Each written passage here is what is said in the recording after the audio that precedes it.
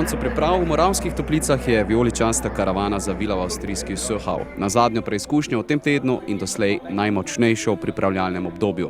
Nasprotnik, Metalist iz Harkova, v prejšnji sezoni tretje uvrščeni v ukrajinskem prvenstvu, je že imel generalko, saj prihodnji konec tedna z gostovanjem pri Dinamu iz Kijeva začenja novoligaško tekmovanje. Metalist je predstavnik Ukrajine v Ligi Evropa, ki zaradi visokega količnika vstopa na mednarodno prizorišče šele v četrtem, zadnjem kvalifikacijskem krogu in ga le ena ovira loči od skupinskega dela, v katerem si je lani v konkurenci PSV Eindhovena, Sampdorije in Debrecena priigral drugo mesto ter s tem napredovanje, v 16. finala pa ga je ustavil Bayer iz Leverkusena. Uvodni del dvoboja je minil ob močnem nalivu in enakovredni igri. Sprva z mariborske strani poskusa Ibrahimija in Mertlja,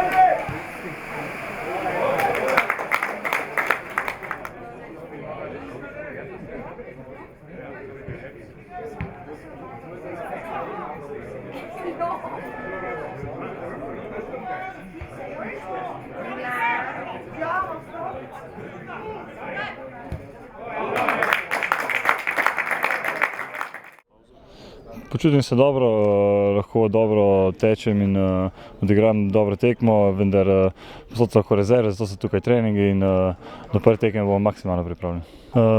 Lahko bi rekli, da z naše strani dobra tekma, moramo te napake še eliminirati, ki se nam dogajajo, tako da koristne priprave pred nadaljnjim prvenstvom, pred superpokalom ter že prva pomembna tekma naslednji teden, tako da vse najboljše, z dobrimi obeti gremo naprej ter nove preizkušnje, novi treningi.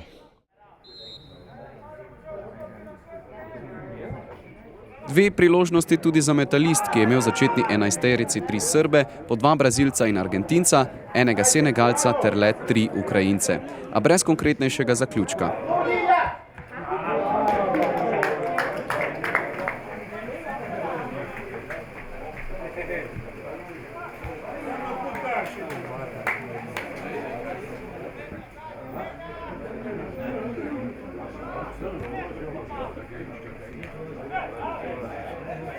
Mreža je ostala nedotaknjena tudi po tej akciji Mezge in Berića.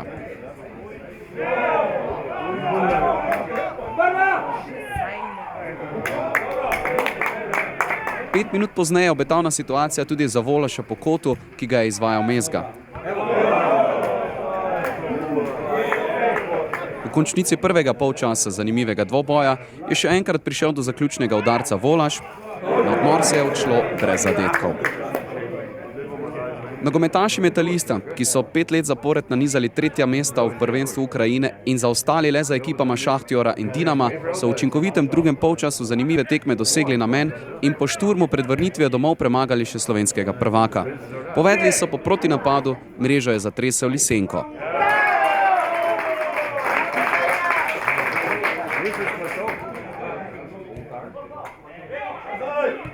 Njihovo veselje ni dolgo trajalo, le 3 minute pozneje izenačenje.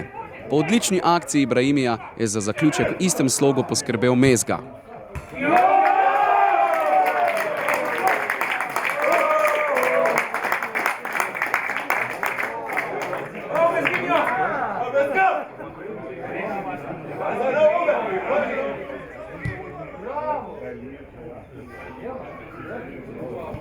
V učinkovitem nadaljevanju tekme pa je tujska legija iz Ukrajine v končnici prišla do zmage. Najprej v 85. minuti z udarcem iz 20 metrov zadel Šelajev,